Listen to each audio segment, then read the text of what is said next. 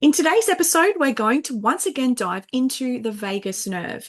Now, you might recall that we've spoken about this previously with today's guest, Emrys Goldsworthy, on the topic of the vagus nerve and how it impacts our gut function. And if you haven't listened to that interview, you might want to go back and listen to that one first, because this interview is going to be a really great follow-on from that, where we dive a little bit deeper into some of these functions of the autonomic nervous system. So without further ado, I'm going to go and hand it over to Emrys. Hey, Emrys, welcome back for another chat with us about the vagus nerve. Today, we wanted to touch on something I think affects a lot of people, and that's around the issues of brain fog and concentration and memory, and how the autonomic nervous system plays into that. So, where would you like to begin with that? Because this is really fascinating. Well, thanks for having me back. I think a lot of people aren't aware of the role of the autonomic nervous system in the brain, in particular with some of these sort of more, difficult to nut out symptoms like brain fog, loss of concentration, because they're non-specific, right? Mm, And from a medical perspective, there are a lot of diagnoses that can fit into those symptoms. indeed. Yes. And so, but I think starting with brain fog is good because it's one that I think, I think at least 30 to 40% of the population knows what that is. Yeah. And also concentration is part of it often. And it's almost like a very, very mild dementia, feeling of mild dementia, and not necessarily constant, transient. Yes. Some people will use a number of things to get out of it, like caffeine and nicotine and so Yes. on. But it doesn't appear to resolve it long term. Some people they get it after a brain injury, like a knock to the head or a whiplash injury, like a traumatic brain injury, Hmm. and those can be particularly problematic and related to brain. There's actually brain injury, Mm. and the brain fog is associated with that. We'll get onto that. Others, it's more chemical, I think, and the reason why autonomic nervous system is involved is to do with both of those, because one of the main two things the autonomic nervous system does is survival and procreation. Those are the two main things. And within survival is repair. And repair is critical. The autonomic nervous system is sort of essential in order for repair to occur. And a lot of people think that's to do with the immune system, blood flow, and things like that. But a lot of that is just regulated by the autonomic nervous system. So, as a sort of starting point, thinking autonomic, you'll actually see a lot of problems if people aren't healing. And in the brain is particularly the case because the vagus nerve, which is my area of particular expertise, is so intertwined in its connections with the frontal lobe, the parietal, temporal, all the main brain regions, including the limbic system, which is the emotional center. And it seems to regulate neurotransmitters, astrocytes, which regulate the blood-brain barrier. Hmm. It's also involved in the removal of debris and toxins and things like that, through the thing called the glymphatic system, Yeah. and also out through the astrocytes into the blood. So if there's a problem with your autonomic nervous system, sometimes people can have brain fog just from that because they've been exposed to chemicals that the autonomic nervous system would have got onto and removed.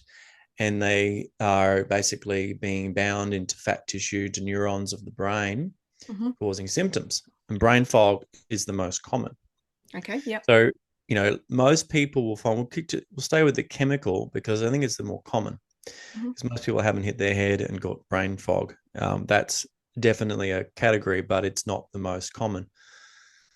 So some people will say, oh, it's dietary and things like that, but a lot of those things are just exacerbators. They're not really the cause. Okay. So, and even we'll say it's mast cells, but again, you'll see a lot more mast cell activity if there's a lot of toxicity. And the only reason you do is because histamine, mast cells are all involved in the elimination process. So, histamine alters the blood flow. Mast cells have also got a fantastic capability of helping remove debris, but also remove toxins. Now, the toxins, they can be, there's so many toxins now, and like I have real trouble listing every single one, but like the Mm. main ones of concern now are microplastics and nanoplastics. And I Hmm. think that's probably the most concerning because we don't know how bad it is. Yeah, And they're we're still relatively the new. canaries in the coal mine, aren't we? Yeah, and like a lot of people don't realize how often they're consuming them. Like, for example, you go out and you get a coffee, and in it, like it looks like a paper cup that's Hmm. lined with plastic. Mm. And they'll say, oh, it's phthalate, which phthalates are a type of plastic toxin, you could say. Yeah. And then you have, and it says no BPA. But there's other types of bisphenols that are toxic and even more toxic. They're more newer forms. Yeah. And That yeah, bisphenol A was first kind of yeah, raised the with first one baby to, bottles, wasn't it? Like yeah, that's when it yeah. really hit the kind of mainstream. And it's a real shame that a lot of people get told they're crazy or like over the top about plastics, but the truth is they are a severe issue. I've done my best to completely eliminate plastics from my food and things like that, the environment as much as possible. But those coffee cups, because they heat that plastic, the Mm. microplastics are in exceptional high levels, and they've done readings on it. I can't remember the numbers, but it's way above the acceptable levels. And it's the same for bottled water. You go to the shop and you buy a bottle of water, and they'll say, no, it's BPA free. It's fine. It's not.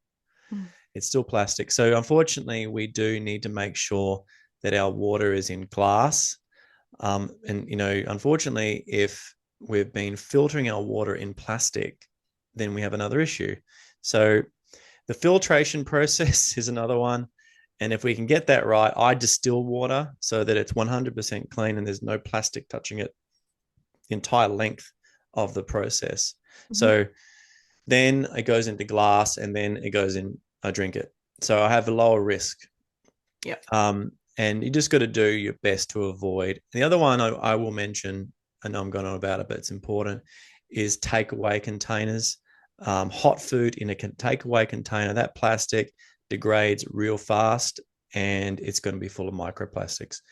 And the same goes for all refined processed foods. They're the highest in microplastics and nanoplastics, which is a new one of concern. So then beyond plastics, we have lead, cadmium, mercury, the usual suspects, heavy Mm. metals, not just those. Others are coming in now that testing is getting better. Things like thallium, lithium, and others. There's a lot of tests that can be done now through mineral analysis, which I think is probably the best at least getting the long-term analysis. Yeah. And we're seeing some pretty frightening things. Even nickel is a problem, and nickel is on our in a lot of our stainless steel. Yeah. It's in things in our body like often like braces and things like that, and a lot of other Yeah. things that are like supposed to be fine for us, but turns out we're getting nickel at high doses. So there's lots of little things like that, and then others are things like PFASs and other kind of like forever chemicals and VOCs. So we're constantly getting bombarded with chemicals that can get into our brain, get into the fatty tissue of the neurons, and essentially start the process of demyelinating them. Mm. Because the body, although that seems to be, initially not a big deal because the body wants to store toxins that it can't get rid of in fat because it's a great way to get it out of the blood and stop it from causing all this oxidative damage Yeah. and cell damage. But if that happens over a long period of time, that storage device becomes redundant and that neuron starts to die. And neurons are unfortunately a storage for toxins in the brain for all that's worth. I don't think that's great long term. So coming into the autonomic nervous system, the vagus nerve appears to regulate this process of healing neurons as well, because the crazy thing about the vagus nerve is, how many things can this nerve do? When they stimulate the vagus nerve, this thing called brain-derived neurotrophic factor goes up by 70% in animal models. You can't do it in human models because it's the animals die in the process, unfortunately. So BDNF, Okay. many of you, I know. I mean, look, it's the science of figuring things out. We use rat models Mm. and pig models all the time, and mouse models. Rat models that tend to be the best, and they're sacrificing them through this whole process I Yeah. mean, it's a real problem, but unfortunately, that's the only way we're going to know Mm. because human models don't exist. You can't do it in this way. You can't test a process like this and then test the brain tissue after and see what happened. Yeah. So just be aware that a lot of the stuff that I talk about are with animal models, but it does correlate really well with humans. So the brain-derived neurotrophic factor is required for a lot of new neurons and new connections. And so when Mm. your brain is in brain fog state, you want to, kind of adapt sometimes and get new connections and build them up. Yes. And you need BDNF and nerve growth factor. It's a secondary one. Yep. And the vagus nerve, when it's electrically stimulated, shoots it up 70%. That's amazing. And it's more or less 70% on average throughout the whole brain. Yes. And the most important area for most people with brain fog is going to be the frontal lobe. So that's where our consciousness is predominantly. And that's where a lot of our thinking happens. Hmm. And so if someone's like, oh, I'm finding it hard to learn new things, you can start thinking maybe low BDNF. And that could be attributed to a problem with their vagus nerve. Yep. And then you take a step back with the chemicals I've already mentioned. I know this is a long-winded explanation, but those chemicals get in the way of that process because not only do they affect the brain, Yep. they unfortunately damage the vagus nerve too. And here we have a little vicious cycle. Bit of a roadblock. It's a Yeah. real roadblock. Mm. Toxins are like, they're the devil when it comes to recovery because they can damage the vagus nerve because the vagus nerve is in one of those unfortunate situations where it's at the interface where you get exposed to them. It's in the back of the throat, it's in the digestive tract and in the airways, and it's all vagal fibers. Mm. And if you breathe in or you swallow toxins, you're going to damage your vagus nerve over time, or if it's an acute dose, pretty immediately. Mm. And that's why a lot of symptoms, which don't make, they make sense when you know that. Yep. So the brain, it's going to be affected by chemicals. We need that vagus nerve intact. We need it working. There are other factors with the vagus nerve. I mentioned in a lot of my videos about a thing called vagus nerve entrapment, Mm-hmm. where it can get entrapped in the neck. And a lot of that's to do with neck weakness and loss of stability in the neck. There's From doing this.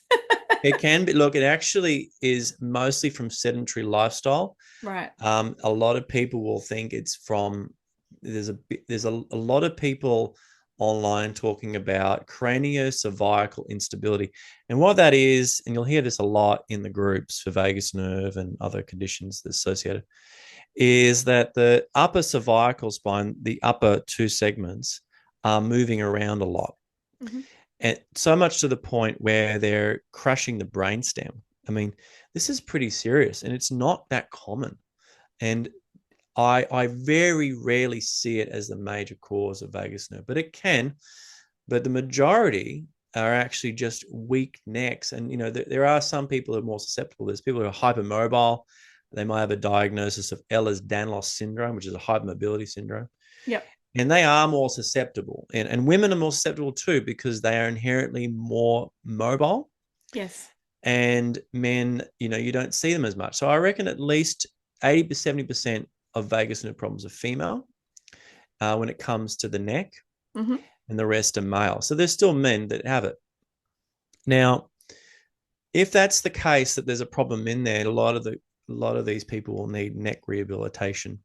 And they do get better. Like some of them have gut problems. They do neck rehab and they get their gut back to normal function. Mm-hmm. And most people don't look at it like that. And I think that's missing in the discussions out there. But coming back to the brain, there's lots of these undercurrent things going on that are vagal in origin that result in the brain behaving badly. Mm-hmm. So, brain fog, loss of concentration, those sorts, forgetfulness, and those states need proper vagal function. So some people can get started. They can start improving their vagal tone. There are cases, and this will often come up as a question. What if my vagus nerve is hyperactive? It's actually the opposite. Yeah. And there are brain states where I'm noting where the vagus nerve is hyperactive. In fact, hyperactive and underactive vagus nerve problems generally are the same problem. Mm. there's still nerve damage. And you don't Isn't get, biology grand? yeah, I mean, the body will always, if it can't compensate, it won't, because Mm, it'll just decline. And that's what you have underactive vagus nerves. But if it can compensate, it will become hyperactive, and mm, it does that in all nerves. Like, we know that from studies with carpal tunnel, people get increased sensitivity in their hands for a time, and mhm. then increased pain, and increased pain is actually higher sensitivity. And so, those apply to the vagus nerve as well. And so there's a really interesting case where the brain behaves often, slightly similarly to underactive vagus nerve when it is the case that it's hyperactive. But there is an interesting thing that I see, and it's that delusions start emerging with hyperactive vagus nerves. How interesting. Yeah, I know. And I only ever see, and there's got to be a good reason for this, because delusions are associated with all number of things, including hormones as well, not just schizophrenia and Mm, borderline personality disorder and all these sorts of things. But, and whatever those really are, the question might be to, because a lot of people in schizophrenic research are looking at the vagus nerve as a potential. But the vagus nerve seems to have a big role to play when it comes to, being able to understand reality. it's that And sensing of the world around them, I suppose. yeah, I know we don't fully understand it. They'll say it's something to do with neurotransmitters like dopamine, because Mm, when you activate the vagus nerve, you increase dopamine output. mhm, We know that, and that's another reason why it works on the brain as well. But so dopamine networks are heavily involved in ability to better focus, mhm, as you see with ADHD. Like, dopamine's a big part of that. And so when your vagus nerve is more active, you have more dopamine. That's a mhm, general rule. It's not a very accurate way of explaining it, mm. but for the people who don't understand neurology to the level where they need to understand the kind of grays of how this works, increased dopamine is linked to delusions. So, if we have excessive dopamine, we're going to get, delusional states. And that's what, antipsychotics lower dopamine. So Mm. there's a role to play there. And I think a lot of these cases aren't actually schizophrenia. They're actually just vagal. And that's what I found in clinic, because a lot of people will come to me with Mhm. those Yeah. symptoms. And they're difficult. But look, hyperactive vagus nerves are really difficult to kind of get your head around, because sometimes these people are severely fatigued. Like, they are in a state what's called hypervagatonia, which is where you're in chronic fatigue. Yeah. But it's like if you've had a big meal and you get postprandial malaise, Mhm. which is like tiredness after eating. Yeah. Imagine that on steroids. That's the state, because that's a vagal state. That Yeah. that post meal malaise is you're in full vagal activity. Like, that's, you're digesting, right? Yeah. So if someone is in a hypervagal state, they're like that all the time. Mm, what a horrible feeling. Yeah. So like a lot of If these, it's constant, like I mean, we've all felt the effects of having a large meal yeah, like that. yeah. And I mean, it's not, you don't have the bloated part. You just have the feeling of the fatigue and, Yeah. inability Sometimes to move. it's like an energy of wearing down, like, oh, I'm melting. That's right. I mean, Yep. that's what these people have. And sometimes it's so bad, like that nothing works. Like, caffeine doesn't work. Yep. Caffeine actually often works as a vagal stimulant. Mm. So there's all these things that you would normally do to get out of it that don't work. And like, there's another type of fatigue associated with hypovagotonic state, which is actually to do with more that they can't get the nutrition. So they're not able to process food, the right enzyme production, because they can't produce Because enough the enzymes. digestive system is lowered. Exactly. So they're essentially Ah, kind of like anemic, or, whatever it might be, and yeah. they just can't get the blood sugar up. Yeah. And so their liver's constantly churning out. And sometimes they can actually become, because they're in a constant state of higher cortisol, they can develop diabetes from this hypovagotonic state. And Ah. so, as that kind of diabetic fatigue as well is associated with that. But hypervagatonia is very different. It's a nervous system fatigue, brain fatigue, all of the above. So that could be what the brain fog really is, and it's actually just a hypervagotonic state. Mhm. This is why it's never one thing, you know. And Yeah. talking to a patient, you figure it out. Oh, you've got all these other symptoms. You you don't have a very good sympathetic nervous system because it's stuck in rest and digest. And some people, all we ever hear is someone stuck in fight or flight. But the truth is, there's a whole bunch of those that have been misdiagnosed and they're actually stuck in parasympathetic. And Hmm. so, yeah, one day we'll get to figuring out how to get that information out to clinicians. But because that's often why the same thing that works for these people with adaptogens doesn't work for these that are hypervagatonic because they're Hmm. not the same, even though they Yeah. look similar. Yeah. It's always good to explore some of these avenues when you don't get an expected outcome. Like, Yeah. what's the why? And maybe vagal tone. I'm going to add that to my list now. Sometimes I'm Well, thinking genes as well or functional pathways. so one of the things that does tend to work really well as a sort of symptom relief, right? Because here's a good example of hypervagal. Asthma is hypervagal. Yeah. Asthma is bronchoconstriction, right? And mucus production. Those are both vagal activities, and the vagus nerve is hyperactive in an asthma state. And what do we give people with asthma? We give them adrenaline, things that are analogs of adrenaline, or corticosteroids. Again, both things that are produced by the sympathetic nervous system. And the sympathetic nervous system is essentially, when you stimulate it, you get out of the symptoms. But of course, long term, that doesn't fix asthma. Mm. But coming back to something like a hypervagotonic state, tonic state, people often will find things that stimulate the sympathetic. Oh, they've mentioned caffeine, but that's not actually a good version of stimulating the sympathetic. Um, Anything that kind of stimulates sympathetic will actually make them feel better Mm. briefly, but Hmm. they'll tend to crash because often over time they lose a lot of, it's called sympathetic tone. And Hmm. that's just that their sympathetic nervous system is essentially undertrained. It's like unfit. Yep. And so you go to use it, it can't last very long. Hmm. One of the great things to do for someone in that state is to get lots of sunlight, because sun exposure in and around their retina, Mm. outdoor sun, like real sun, not Yes. like lights, although Yep. they work a little bit, is to get 20 to 30 minutes of direct sunlight, and you should get 7 to 8 hours of cortisol increase and Okay. sustained. That's on a healthy autonomic nervous system. Yep. So very useful if someone, it doesn't work for everyone, but it can work.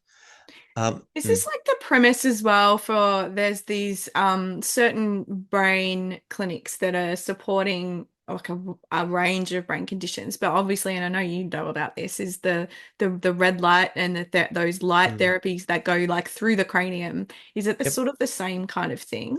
Yeah, so that's called transcranial photobiomodulation. I use it in my Yep. clinic. Yep. There are other things associated with this, which they're mainly to do with melanocytes. So, you've got melanocytes. These are the ones that give you a skin color. But Yep. melanocytes are actually in a lot of tissues in the body. Think areas where you wouldn't expect them. And all medicine ever says about that is that they're kind of misplaced. The truth is, nothing is incorrect. Everything is there for a reason. Mm. Melanocytes are in the retina. Okay.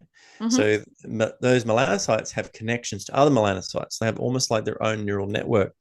Wow. And those melanocytes talk to other melanocytes in the midbrain and down the brain stem. So that's essentially what that means is that the vagus nerve is having some interaction with light through Mm. melanocytes Through the and conveying the of the brain as well. message. Well, I mean, we don't really know. We just Mm. know that light is doing something in the brain through the cells, through the melanocytes. There's a lot of thoughts that it's to do with mitochondria. Mostly that's theoretical. There's a lot of beliefs around it.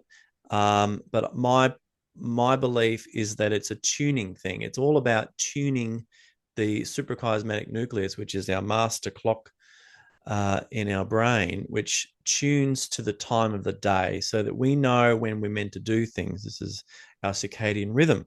Mm. And our vagus nerve is a circadian nerve, right? So it behaves differently during the day than it does at night, right? And so many people would have heard of time restricted eating or feeding, Hmm. Yep. where Sachin Panda did a lot of this research, where the nerve is the body is stimulated by food. It can be coffee, can be any food, and then it has about a 12-hour window of which to consume all the food it needs before the enzymatic processes are diminished. Well, every single process that he's referring to is vagal. So the vagus nerve gets activated by the introduction of something of which stimulates the liver. Coffee is one of them. Any food is going to stimulate the liver. Okay. Mm-hmm. So that's how you know the vagus nerve has been activated. It's got a 12-hour clock, but only in the gut. That's something to be aware of. It's not a simple system where the entire thing activates. It's only specific to the gut. And so we need light to tell us what time of day it is. It can really help tune behavior in the nervous system. So for people who just don't want to think about it too much, just get your sunlight during the day, during midday, 11 to 1, around that time. Get a good amount of time in the sun.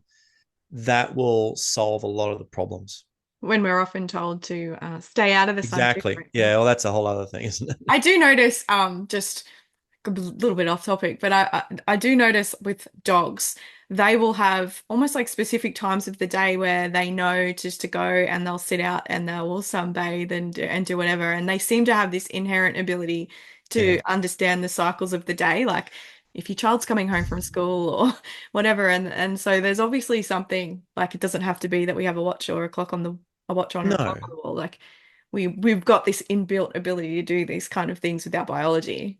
I think it's all to do with being indoors, like because we're indoors, we have this artificial light, we have this artificial environment, Mm. and also with temperature as well. So, Mhm. we don't really know what time of day it is. We know because of the clock, but we don't know at an autonomic level. Yeah, at a And more of a so, cellular level. exactly. So, I Yeah. think that's really important. And, tying it back to brain health, well, if you want these systems to work, you've got to give them their natural environment of which they work their best.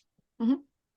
And so light is one of them. The other one is actually outdoor time because there's radiation that comes into the earth from from outer space, and that radiation is heavily correlated. The amount of radiation that your body takes on is heavily correlated with the amount of vagal tone you have. Mm. So the more time you spend outdoors, not indoors, because you don't get that radiation It's out, filtered. The light becomes filtered, it's even all if it's, filtered. None of yeah. it's like normal, right? It's Mm. only if you're outdoors. And so it could even be in an urban environment. It's not even really necessarily that it's nature, although of course nature would be the best.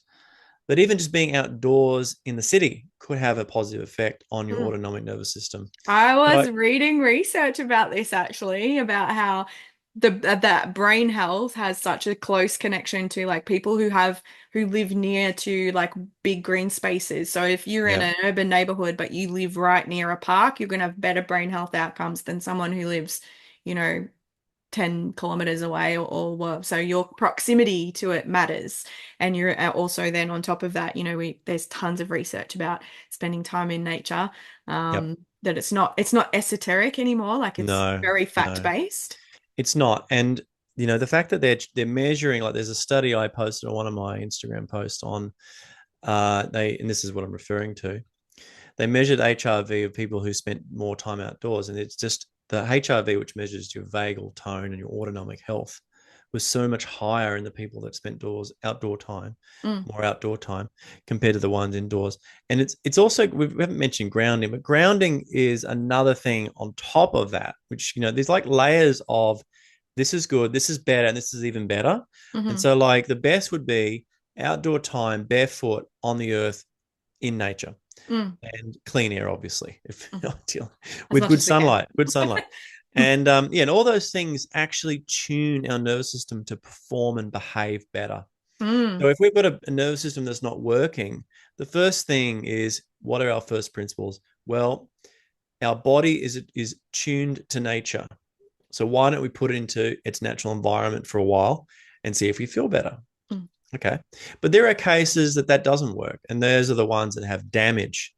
And those will heal better in nature. It's true. mm, Like Florence Nightingale always, used to bring her patients outdoors for sunlight and outdoor exposure. They got mm, better faster for a reason. mm, It's the same for anyone with nerve damage or brain damage. And often they're, hard to distinguish the difference between vagus nerve damage and brain damage, although there are some critical things that you can use clinically to know that. Um, but they're often tied together. And we need people to not do things that harm the process, like sedentary behavior. Exercise is great for the brain. We know that's an obvious one. Yes. Walking, running, all of the above, anything and everything activity wise. And I think unfortunately, a lot of clinicians in my field made others really scared, particularly ones in chronic pain, to like be careful of movement and be careful of this. And the truth is, all forms of exercise are good. There's no bad exercise and there's Mm, no good. It's just exercise, and you need to do it regularly every day. mm. Just start with walking, and if you Yeah, can't it's so do, underrated. just go for 500 steps. If you can't do more than that, try 600 the next day and 700. Build it up over time. Mm. Um, yeah. So then air quality, getting outside, all those things that matter. And then we haven't even got onto water and food, but those things need to be there. That's what I've found clinically. Mm. Yeah, you can't. Yeah, you can't out intervene bad No, lifestyle. no, you can't. And but then you bring in all the clinical things I use, like I've mentioned before, transcutaneous auricular vagus nerve stimulation. This is like the gold standard treatment now for vagus nerve. It's what's researched the most. You go PubMed and you look up transcutaneous auricular vagus nerve stimulation, and you'll find so many trials that have been done, so Mm. many reviews, meta-analyses, all that. Yeah. And it's amazing what's being done, and we're honing in on the best approach. I've got my own approach based on my own experience, so that's what I do, but I use the same therapy. Mm. And then I've added in other things like direct vagus nerve treatments to help it repair better, Yeah. using light therapy. We've mentioned infrared or just red light. You can use other therapies like ultrasound and shockwave as an adjunct to that. Even things like electroacupuncture help a lot Mhm. along vagal pathways. Yeah, they're very effective. And to anyone who's an acupuncturist, the pericardium line, that's also known as the median nerve, that is almost certainly a vagal line. We don't know how, we haven't got the pathway yet, but that appears to be the case. Mhm. And so there's all sorts of other ways you can work on the vagus nerve in a clinical setting that can really help people. But people can't forget the basics, like that's the critical thing here. So a lot Mhm. of people go on my program, they say, you need to do these things, you need to do your homework to get better. And that would be the case for any brain-based problem. That you implement brain-based treatments like light therapy, you've mentioned that, and brain-based nutrition. It might be changing your diet towards something that's interventional diet rather than just healthy eating. Mhm. Um, Is like there like specifics when it comes to diet that interrupt vagus nerve, or it's just Well, the vagus nerve really activates in the presence of fat. So, okay, that's probably why the ketogenic diet, at least in part, is so effective. But also the brain chemistry? carnivore diet, yeah, like carnivore and the keto diet. The reason why I think carnivore works so well is because meat and animal products have some of the lowest toxin levels of all foods. Grains and a lot of vegetables have a lot of heavy metals by exposure in the ground. Fruits don't have as much, but those actually have the most in processed foods. If you remove all these toxins and you just start having lots of meat, which has the lower toxin levels, Mm. and even dairy, because the more you consume dairy, there's a study that came out. They found that the more people consume dairy in their diet, the less serum heavy metals they had. So there's some weird connection between dairy consumption and lower heavy metals, and I don't really understand it. Mm. But a lot of people hate dairy. Fine, whatever. Do what you want. But I like Well, dairy. modern day dairy is probably not that Yeah. great, but No, the maybe way not. it Maybe used go to. raw dairy if we can get more of that. One day it won't be illegal. Um, Mm. but I like cheese and butter and things like that, cream, but I don't particularly like milk. But that's just from historically not I'm the drinking it. same. I Yeah, would I have don't it in know any other why. I don't format know but milk. why. Yeah. Yeah. But dairy's not bad. Like, I don't think it's a bad thing. I think we're learning more about what really causes problems. And I don't think dairy on average is the cause. Hmm. Um, and there's a lot of health, particularly for people who are vegetarian, that it can be garnered by having a lot of dairy.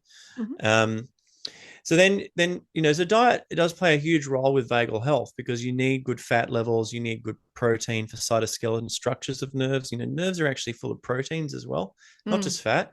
Mm. And I mentioned the fat And the reason why the fat stimulates the vagus nerve is because fat activates the release of cholecystokinin, Hmm. CCK.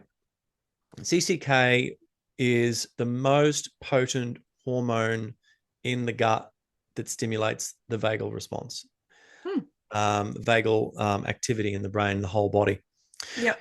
That's a pretty low grade research because it's very hard to analyze. I would say I would take it as sort of a something to consider, but not something to hang your hat on yet. But definitely, fat seems to stimulate the vagus nerve and be helpful for nerves. Anyway, we know that. I mean, Yeah, fat's for really the important. exterior Brain and the health. messages carrying Yeah, and so delivering. myelin is made of fat. So you need insulation. You want to repair myelin, you need really good structured fats. Hmm. I particularly like animal fats. You could also use coconut oil, but saturated fats are great for neurons because they're a bit more hardy. Hmm. But also, of course, your omega threes, and you need a good spectrum of fats, of course. But Yeah. um, yeah, so diet's a big role, but I think because there's a lot of people out there who aren't eating enough food, and that's at the base level with some, we're thinking about like specifics about diet, but some people just don't eat enough. I mean, Yeah. there are I've been cases I've thinking got. about that a lot myself lately, to be honest, about how Mm, much food has become demonized over time and, how much of it is really bad versus how much is it that we just think is bad. And then yeah. you start to have food avoidance, which means then you start to Hmm. undereat, and that causes probably just as many problems. Well, if you don't eat, you don't stimulate your vagus nerve because truth is one of the most important ways of stimulating your vagus nerve is eating Hmm. because eating is the most common vagal stimulation. It is a happy And place. I can see how that would work. yeah, I mean it's pretty obvious, right? And Yeah. You often there are feel ways. calm, or you should feel calm when you eat. Yeah, and that's why you got to take your time because the vagus nerve needs time to activate and get into full activation mode. That's why eating slowly is important. Chewing food activates the vagus nerve, even though the chewing action is not vagal, it's trigeminal. Hmm. Tasting food, although partly vagal, you need time with food. You need there's a whole system of nerves that are involved in eating, but they all communicate with one thing, and that's the vagus nerve. Because without that, you don't have digestion, you Hmm. don't have Yeah. absorption. I remember we So, talked last time about how much of an influence it has on things like stomach acid and enzyme yep, production as yeah. well. So very important. Any process you've got in the gut is likely vagal. Like so, any enzyme release, any contractility, motility, movement of food, release of water, all of the above is vagal. Without the vagus nerve, it just doesn't happen. Hmm. Even the decline of tissue. So you can tie back Crohn's disease, ulcerative colitis, SIBO, IBS, although IBS is not decline of tissue per se. Even celiac disease, although that's a bit more of a complicated picture, obviously, because of the reaction to gluten. But these tissues actually have a heavy associate. These problems have a heavy association with vagus nerve problems as well. And there's evidence to suggest that damage to the nerve precedes these conditions. So we don't know exactly how with every case because there's not one exactly the same case. And it's important to remember that when trying to figure these things out, it's not always going to look identical. Hmm. But vagus nerve damage due to toxin exposure, like I've mentioned, or compression, they're the main two. There are other types, they're the main two, are going to be the first things to rule out. Yep. And I mean, obviously, a lot of those vagally oriented conditions also in and of themselves tend to have these things that we began the discussion with, the hallmarks of brain fog or poor concentration, Exactly. maybe some memory issues, that it comes down to, again, a range of things, so the nerve function, the lack of or of digestion, the assimilation of nutrition, the cortisol and Yep. yeah, Yep. melatonin kind of waves and all of that, like it all kind of ties together, doesn't it? It does. I mean, melatonin, of course, is very circadian, as is cortisol. Cortisol is high during the day. It goes away pretty much, and then melatonin rises. Yep. And we know that the vagus nerve, now we now know this, the vagus nerve increases melatonin levels, Hmm. and it makes melatonin rise at a more steady, fast, like uptick rate, what's called tidal rise, which Hmm. is, all cortisol and melatonin have tidal rises. They look Yep. like a tide. They right? look like they're tired, the high and low Yeah, tide. Yeah. yeah, And they're and inverse of each other when one's high, exactly. the other should be And low. one as one goes up, the other has to come down for the other one to go up, right? Yeah. So if the vagus nerve has a role to play in melatonin, which clearly it does, we now know that. We already knew that it has a role in cortisol, but weirdly, it doesn't just lower cortisol or something. It can actually raise cortisol. In cases where they're examining patients with depression, Mm, they'll test their saliva cortisol, and they'll find that some cases of depression have low cortisol, mm. some cases of depression have high cortisol. And what they found is that all the cases had normalized cortisol by the end.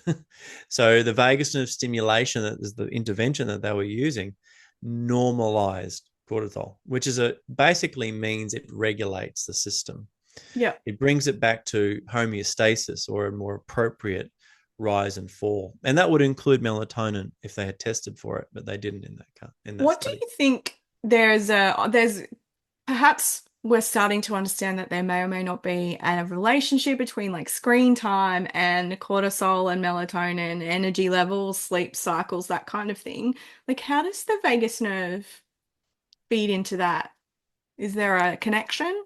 Well, look, obviously blue light is problematic, but I do think that screen time at night is not the most important. I like if people are going to fall asleep, they're going to fall asleep.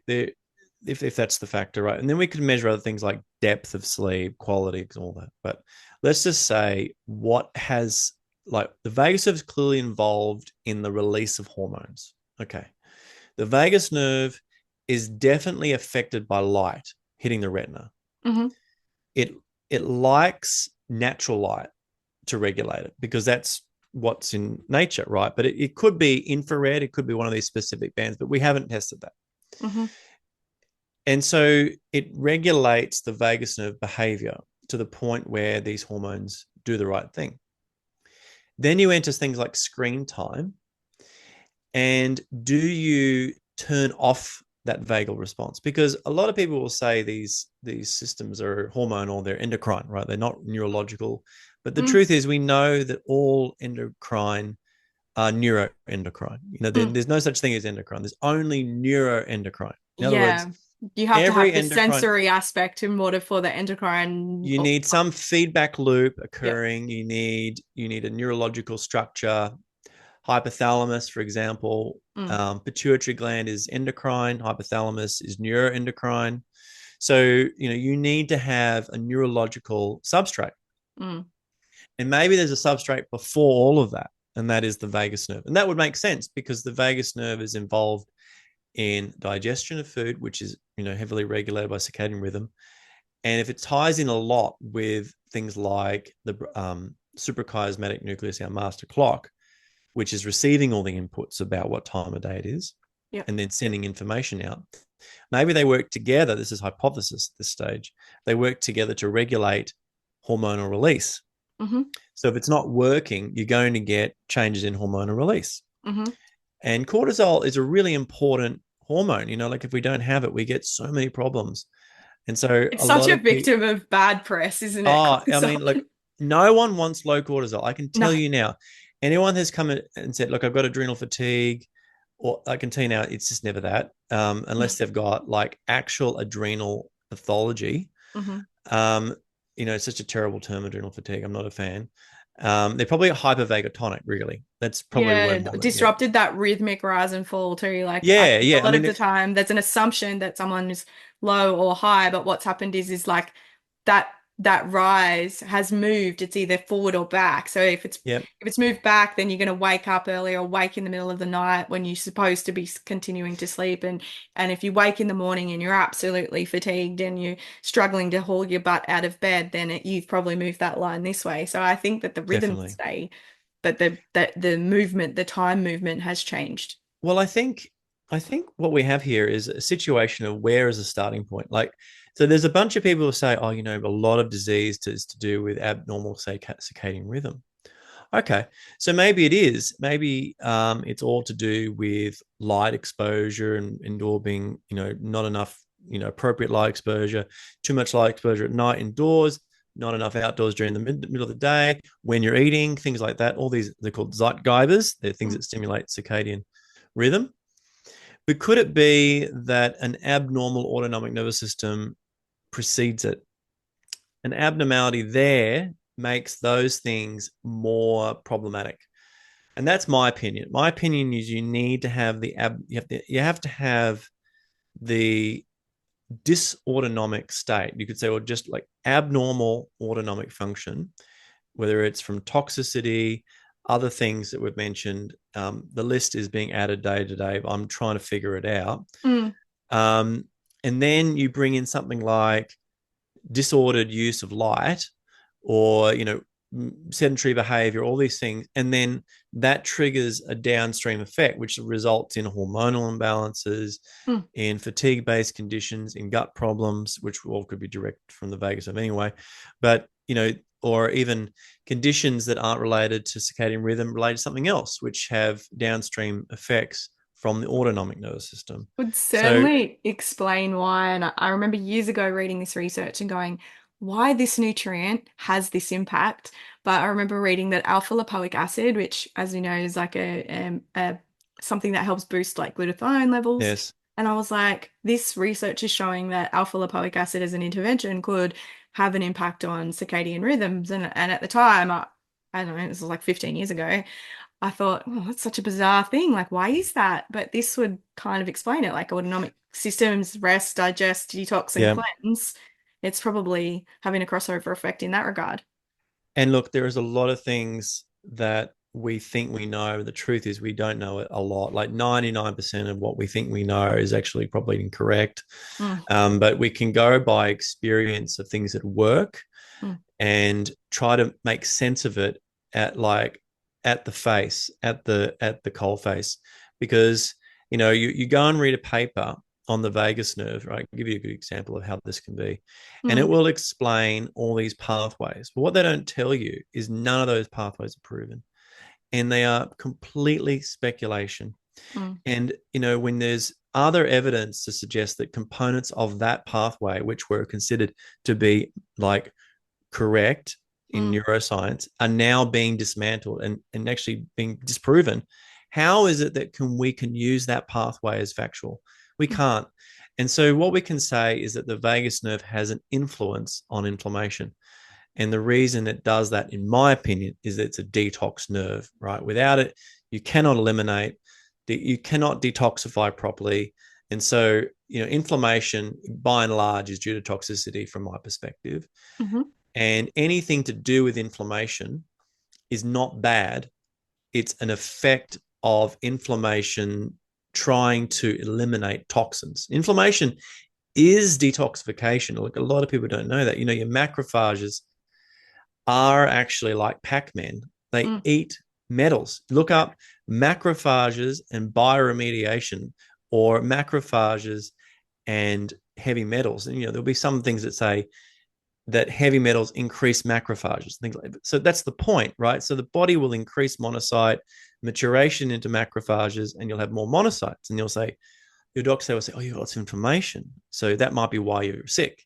mm. No, you're sick because of all those PFASs you've been ingesting, as an example. Mm, And macrophages are eating up, as an example, of one thing within inflammation that does that. mm, There's other things. And so, this is misinterpretation of data. Like, I mean, it's more complex than that. And for some people, that's too hard. mm. Inflammation, just leave it at that, is for what most people do. And unfortunately, I think it's the wrong way of looking at it. Like, for example, red light therapy, you would probably say is anti-inflammatory, right? But it's not anti-inflammatory. It's pro-inflammatory. And Mm, by being pro-inflammatory, it is anti-inflammatory, because the mm. net effect is the body completes its cycle of inflammation faster. Which is similar to a lot of these kind of emerging therapies Yeah. for pain states. Everything from the Yep. what's that called? The needling, where it gets needled into assets to do with like a biofeedback loop, and You that. must cause trauma to create a healing response. Something that people are stuck without, in their inflammation is insufficient. Mm, And so, there are cases where the sympathetic nervous system is overactive. and that suppresses inflammation. And that's Mm. why you need really good vagal activity to support healing, Mm. because changes in your autonomic function will result in no healing. We know Mm. that by corticosteroid use. If you have corticosteroids, suppress healing. Obviously, we know that, right? Mm. And so that's the same for sympathetic activity. Stress response is going to suppress healing. And so we need our body, we need to understand that it's not just damage, it's toxicity too. And that the autonomic nervous system seems to be involved in nearly every single thing. And it makes sense, though. I mentioned first up that the autonomic nervous system is involved in survival. In fact, it is the way we survive. Every single thing that's involved in survival, like heart rate, blood flow, Mm-hmm. your breathing is autonomic, your digestion of food, your absorption of water, your fever response is vagal, vomiting is vagal, coughing is vagal, Mm-hmm. diarrhea is vagal. They're all pretty much vagal or autonomic sympathetic nervous system. Mm. So, it makes sense that it starts there. It kind of does make more sense. So we Mm. should look to that system and what's affected it, rather than going all the way down the other end and focusing on the mast cells or something like that, which it's not necessarily a bad thing because you'll get results, but is it going to cure people? That's the question. You'll get those long-term results. So Yeah. people who've made it this far and are listening, I've probably plucked out nuggets of our chat going, oh, I wonder if this could be an issue for me. So I mean, like, if people are just starting to become, let's call it vagus nerve curious, Mm. what, where do they start, or what are these kind of daily strategies and practices that they could do to kind of help bring more balance into the autonomic nervous system? So obviously healthy lifestyle is a healthy autonomic nervous system. Okay. Mm. So, not smoking, although nicotine provides some short-term improvements, not long-term. Mm. Alcohol is so bad for the autonomic nervous system that you can suppress the vagus nerve within like 3 or 4 drinks, and then your vagal function shuts down. Mm-hmm. And if you're alcoholic, most of those alcoholic symptoms are actually autonomic dysfunction. Yeah, yeah, that makes Okay. sense. So that aside, and even any kind of recreational drugs and some pharmaceuticals too, unfortunately. Yeah. But putting those aside, because that makes it more complicated, people need to get outdoors. They need to get their sunlight. They need to get good midday sun. They need to exercise, whether it's just walking. They need to make sure that they eat food that is real food, not packaged, refined, processed food. Just start. Even it doesn't matter if it's vegetables, fruit, It's close to meat. the Doesn't source as matter. possible. Just real food, organic at the best. Whatever. It's great if you can eat organic. It doesn't have to be organic. Okay. Mm. And then there's other things like breathing, which won't heal a damaged vagus nerve, but it will make a lot of people feel better. Mm. So people you'll know your type, right? There are 2 main types of breathing: slow breathing and fast breathing methods. One that's fast breathing is the Wim Hof method, which is hyperventilation. It's the Mm-hmm. one I use for myself. I feel better for it. Mm-hmm. And then some are better with the opposite, which is slow breathing, like diaphragmatic or box breathing. I definitely feel better with that. Yeah. And a lot of people will say that they don't like Mm. the Wim Hof. They'll go with that. Mm. Okay, great. So, but they train different parts of the autonomic nervous system. Cold exposure is not a bad idea. Now, cold exposure to the body activates the sympathetic nervous system. Cold exposure to the face activates the vagus nerve. Mm-hmm. So if you do both, remember, never just go and do this. You must go into the Wim Hof method if you want to learn how to do it properly and gradually expose yourself to cold. But it builds resilience, cold. Mm. And that is really important for the survival system, the autonomic nervous system. So you could look at that as a way of building it up. Yep. Now, And it doesn't have to be an ice bath, right? Like we can oh actually just no, do this with cold like shower, cold showers like and 10 cold seconds plunge cold in a shower. lake. Next day it's 20 seconds. You build it up, Yep, yep. and that's what they recommend normally Yep. on the Wim Hof method. Now, beyond things like that, you're going to often need, like some people say, gargling and bitters and things like that. And there is some evidence, like hops bitters, for example, have very good evidence now. And, if anyone's heard of Kirin, the beer, the Kirin they're producing medical hops bitters in lots of different drinks that are non-alcoholic, but also as prescription based or just supplements Yep. to reduce brain inflammation. Yep. And well, I mean, it'll actually it's there's something in it because they've done controlled trials with this stuff, these bitters, and they actually make your heart function better at Mm. a vagal level. Yes, I've So started to read about this. Interesting. there's definitely something in it. I'm trying to source some good local hops bitters so that we, don't have to get an import. I'd rather have in Australia, but that's something for people to look out for. Mm. So there are things out there that are like therapeutic, like hops bitters. But you often will need, in certain cases, to start actually doing some kind of vagal repair program, the kind of stuff I do with patients. But, there's most of the healthy lifestyle behaviors I've already mentioned improve autonomic function. Mm-hmm. Okay. It's just that people don't relate to the autonomic nervous system as improving when they do that. Mm-hmm. I mentioned the ketogenic diet and the carnivore diet both have positive effects on the nervous system by and large and the brain. Yeah. Healthy fats, having more protein and fats that are from animal sources in the diet, I recommend that. And hopefully more liver. Obviously, that's a very important one. And eat brains for your brains. That's actually not completely wrong, if you if you don't mind brains. But these things are difficult for some people, I know. But start with one thing: a daily walk. Start with another thing: just go outside more often. Be Habit outside stacking. most of the day. One thing at a time. And you might see some change. But when you've done everything else, then you might need to see a clinician who's involved in vagus nerve therapy. Yes, and this is obviously something that you do a lot of education around. So how do people find someone who understands and specializes in the vagus nerve, aside from yourself, of course? Yeah, so I've trained a lot of clinicians out there. I run different groups online. My book is called The Vagus Nerve: Unleashing the Body's Secret Weapon Against Disease. And there's a group associated with that, which we do. I do lots of posts on there, but I also run a wellness collective. It's like an educational group on my website, which is emrysgoldsworthy.com.au.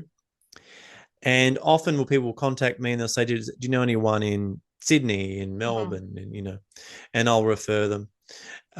If they can't see someone in person, or there isn't anyone there, I do telemedicine, online consults. I have patients all around the world, and there's a lot that can be done through my home-based program using, inexpensive equipment that, I recommend to people.